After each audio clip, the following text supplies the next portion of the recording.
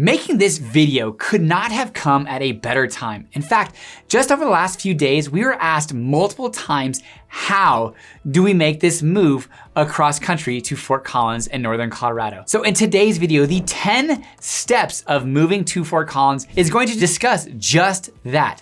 What are some great steps to make this move successful for you and yours, everybody who might be coming to Fort Collins, Northern Colorado. My name is Patrick Soukup. This is the Living in Fort Collins YouTube channel where you come to learn everything there is to know about Fort Collins, eating, sleeping, and steps about moving to the area. Now, if you're considering relocating, do yourself a favor, give us a call, text, or email. We've worked with so many different families that at minimum, we'd like to be a resource, but eventually, possibly work with you as your real estate agent because we are licensed in the state of Colorado. So give us a call, text, or email, and we've got your back when it comes to all things real estate in Northern Colorado. Now, without any further delay, let's jump into today's video, the 10 steps of moving to Fort Collins. Let's go.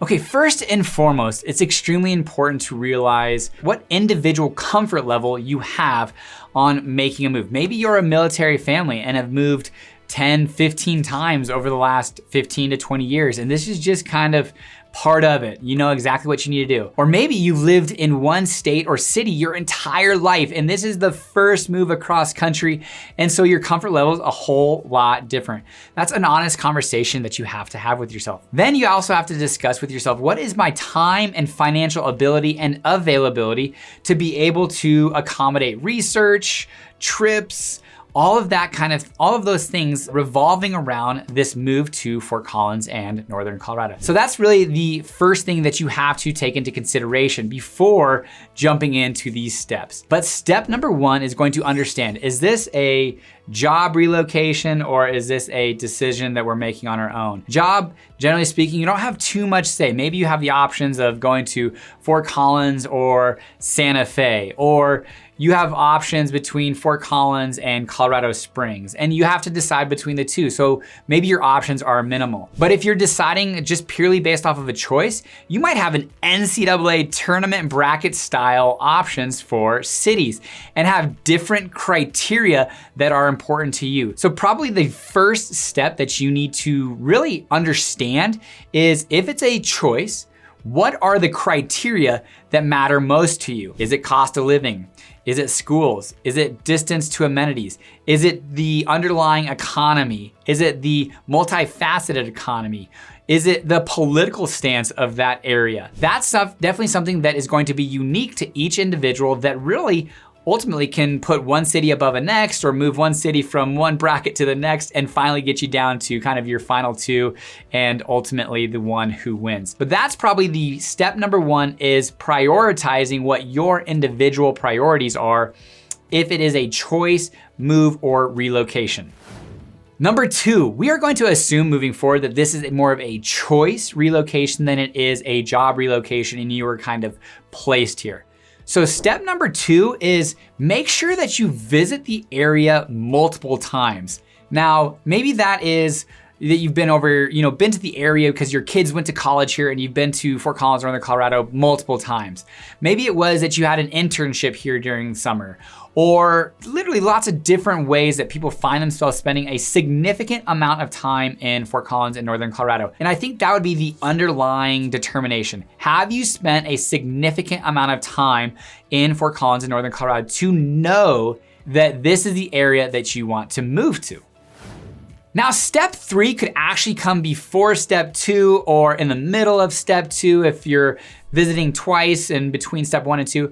But step number three, and probably one of the more important, is beginning to build your team, starting with a real estate agent. Now, real estate agents, I'm saying this with a grain of salt, but work for free up until that time that you offer on a house. Then yes, real estate agents are paid, especially on the buy side, by way of the purchase price. So no, they are not free. But at the front side, they are working for free with hopes of potentially being your real estate agent and then you buying on the back side. But they are an amazing resource consultant that you should leverage about different things of the area, developments that are happening, kind of where it's growing, pros and cons of different things in that area. And they will work, show you around, tour you around the area, which is what we do with our clients that are moving to Northern Colorado. We jump in a truck, drive around 2-3 hours, explore the area and discuss questions about what's happening here. Why is this area desirable? Should we move down closer to Old Town or be on the southeast side of town? But that's probably one of the most important steps, is aligning yourself with a valuable resource in a real estate agent that knows the area, does a significant amount of deals, that can work for you as a kind of team member to help your transition move to Fort Collins in Northern Colorado smoother. All right, step number 4 is super important. Now you've made these trips, you've connected with the real estate agent, you've really considered, you've done your tournament style bracket, and you've really considered this idea to move. And some couples, it takes 10 or 20 years to finally come to the conclusion that yes, we are ready to move. But step number 4 is extremely important, and that is to make sure that there is buy-in from all parties. Maybe not necessarily 100%, but 80, 90%. If you have kids, depending on their age, how involved they are on this process. If they are kids, maybe prior to elementary school, they're just gonna come along for the ride. They don't necessarily know any better. But depending upon their age, elementary school to early middle school, they might be devastated because they're gonna be losing friends and they're gonna push back. Ultimately, they're gonna be okay. Middle school to high school can be something completely different because, we wanna make sure that they have buy-in, that they understand the move process, that there are exciting things that can happen in a new area. But yes, they are leaving behind this really important history of theirs in the previous, location. Now, my wife, she was military, moved to a new high school, and just part of the deal with these military high schools and her life making new friends. So it's absolutely possible, but depending on the kid's age and your partner, you need to have ultimate buy-in. This is already gonna be an extremely stressful situation. There are gonna be things that go wrong. There's gonna be things that absolutely go right. But one thing that you absolutely need is kind of a team support system saying, hey, we're gonna face challenges, but we're gonna do this together and this is gonna be successful and we're gonna work through things together. Number 5, now when you're moving to an area, you need somewhere to live. And the thing that you need to discover is whether you're going to buy or rent. And if you're gonna rent, are you gonna do a short-term or long-term rental? Now, one of the things that you should consider is schooling. If you have those school-age kids, whether you're going to buy or rent, if you're in that school boundary for elementary, middle school, or high school that you want to be in for the long term, because you can move somewhere as a rental and then on the back side, buy a house that's in a different school boundary. You could school of choice into that school possibly, but it is definitely something to where the boundary schools are very much easy to get into. School of choice is a little bit more difficult. So understanding the rent versus buying and if the school boundary is important to you is definitely something to take into consideration. And also, one of the things that you need to consider is your timeline. Are you moving to Fort Collins for the next 5, 10, 15, 20 plus years? Or are you moving here as kind of an intermediary step, next 2 to 3 years as an adventure? If you're moving kind of short term, anywhere between 3 years or less, even really 4 years or less, renting is probably something you should seriously consider. It's just too volatile of a market to make such a huge financial purchase, having to pay closing costs, having to pay real estate agents on the buy side, sell side, all of that kind of things. So renting would provide you more flexibility and not any huge financial risks if you're a short-term person here in Fort Collins in Northern Colorado. If you're more than that, 3 to 4 years, buying is definitely something worth considering. And if you're buying, this is where you are going to want to continue to build your team. You have a local real estate agent, whether that's me or somebody else. Now you're also gonna want to potentially work with a local lender, somebody who knows the market, who might have relationships with listing agents, who is going to be a resource for you, boots on the ground, so to speak. And whether that be a mortgage broker, a retail lender, or a banker, definitely, again, depends on your situation. Are you bringing a new business and need to build banking relationships? Well, maybe you pay a little bit higher interest rate, but go with a banker. A retail lender might have a little bit more sway on underwriting. So if you're depending on your financial situation, you might go with that. Or if you're just looking for the best rates possible, a mortgage broker is probably your best bet. Now, if you're going to buy, again, this is where we get back to our initial conversation. What is your comfort level?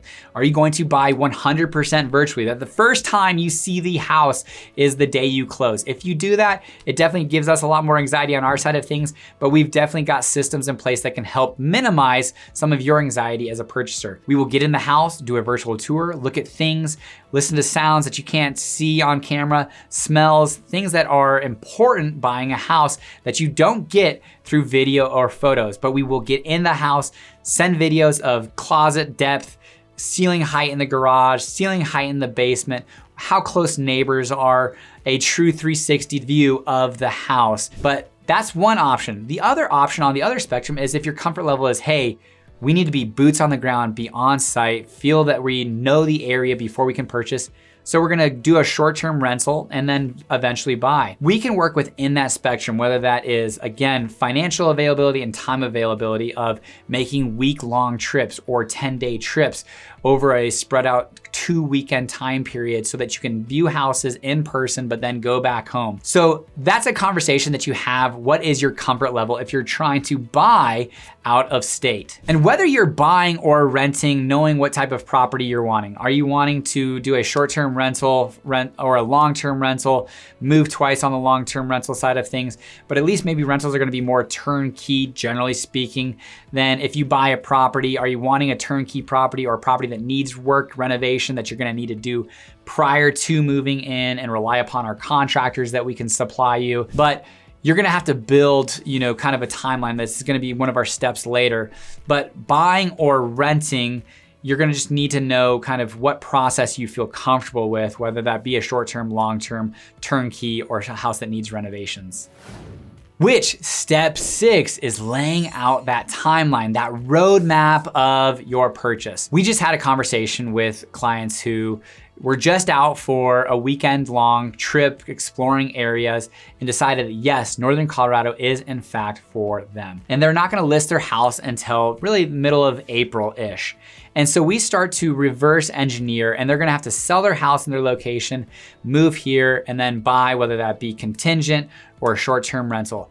But you really need to explore what that timeline looks like and have honest conversations if you're having to sell and then buy, or sell, have the money, rent, and then buy. But these are all conversations, again, get down to comfort, desire. Do you want to move twice into a long-term rental? And then again, but high level, let's say you want to rent. Short-term rentals, relatively easy, but you need probably about 15 to 45 days to find a short-term rental. You can be, a month or two out, but really only about 15 to 45 days to find a short-term rental is all you need. If you're gonna be buying a house, the Colorado contract's a standard 30 days. You probably wanna give yourself at least 30 to 60 days worth of showing homes, seeing what's coming onto the market. So you're anywhere really between 75 to 90 days minimum if you're wanting to buy a house.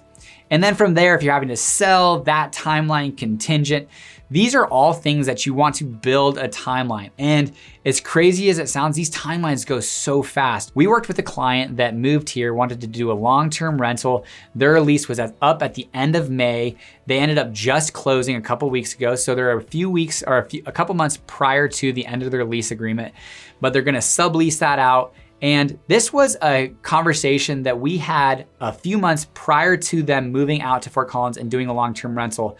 So this timeline was nearly a year long for this set of clients that we helped build and allow them to feel comfortable renting long-term and then eventually buying. So laying out the timeline, building that roadmap is of ultimate importance for a successful move. And what type of move do you want to have? Do you want to have a full DIY, load up the trucks, U-Haul? Do you want to have a partial, have movers on site where you're coming from, load the U-Haul or load the moving truck, drive the truck yourself and then have movers come here? Or a full door-to-door service with one company? And it's important to understand financially what you're able to do. And emotionally and psychologically what you are willing to do, because my wife and I, after our second move, we decided no more. We are paying movers to do it from here on out. It's not worth the headache, the argument, and these are professionals that do it every day. But if you are going to have a full service mover, one, we do have relationships built so that we would be happy to get you connected with them and they would give you a great discount. But we recommend getting 3 bids because they can be tens of thousands of dollars difference. If you only get 1 bid, just go with it and move forward. But definitely understanding the type of move that you want to have is important, both budgetary, timeline, and kind of emotionally what you want to deal with. Number 8, and one of our favorite steps and probably strategies, is this pioneer strategy. Having somebody, whether it's, especially if you have a family, having somebody move out a couple of weeks before, or not necessarily move, but go out a couple of weeks before the partner moves out or the family moves out, and prepping the house, getting food in the refrigerator, making sure that the floors are clean, the house is prepped and ready, possibly having things moved into the house, meeting movers out there, and then coming back to the initial location and moving out with that partner, spouse, or family and helping them move out along the way. I would say that's probably been one of the most successful strategies, so that when the partner arrives or when the family arrives, there's food in the kitchen, possibly beds are made, and it's not such a stressful few days, few weeks of moving. It definitely is a unique situation that somebody can take those 2 weeks to go do that. But when you can, if you can, we found it to be a pretty successful strategy. Step number 9, and I think to have a successful move, this is probably one of the more important things. We found that families or individuals or partners who have moved here over the last 4 years that we've helped, the ones that are most successful are the ones that get engaged with the community, find groups, soccer teams, clubs, friend groups, workout gyms, whatever that might be. It is super important that you get involved and get involved quick, because it could turn into 6, 12 months and you just find yourself sticking at home, not doing anything, and not really enjoying it as much as you thought you would have. But it takes a ton of intentionality to go out and build community. And it's extremely important that when you do it quick when you get here, so that you can it just takes time to build these relationships.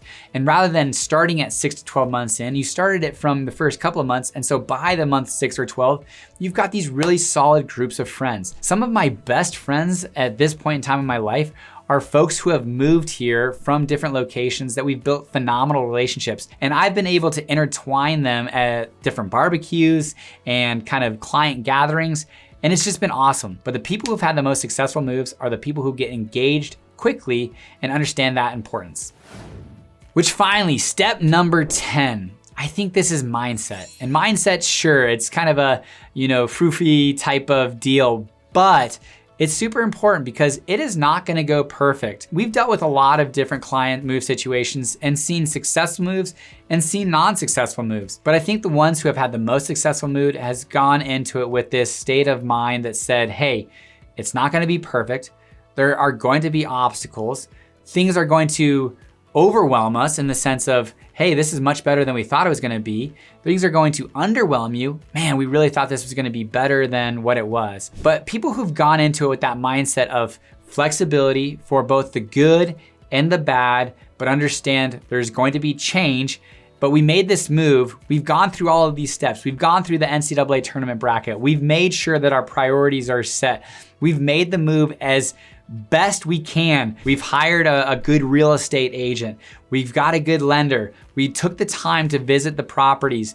We made sure our move was as successful as possible, that the roadmap really worked out for our family. But ultimately, there's gonna be bumps, there's gonna be hurdles. And if you go into it with the understanding that, hey, ultimately, we're doing this for ourselves and we are excited about it, and we're gonna make do and make the best out of any situation that comes about. Those are the individuals who've had the most successful moves to Fort Collins in Northern Colorado.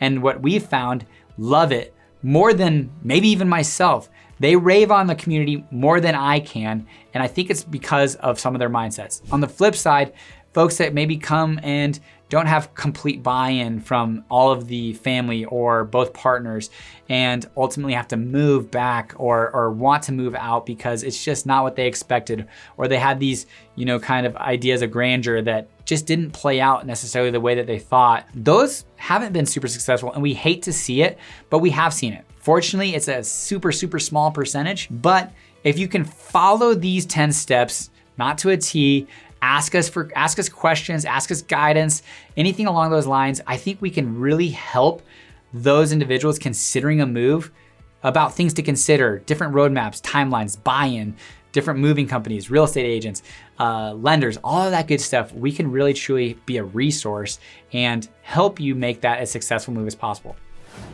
So there you have it, the 10 steps of moving to Fort Collins in Northern Colorado. We hope that this video helps. If you're considering a move to Northern Colorado, give us a call, text, or email. And in the meantime, leave a comment below. Let us know if you've moved here, what the most successful step was for you that you might be able to help pass on to somebody else. Alrighty, thanks for watching. Take care.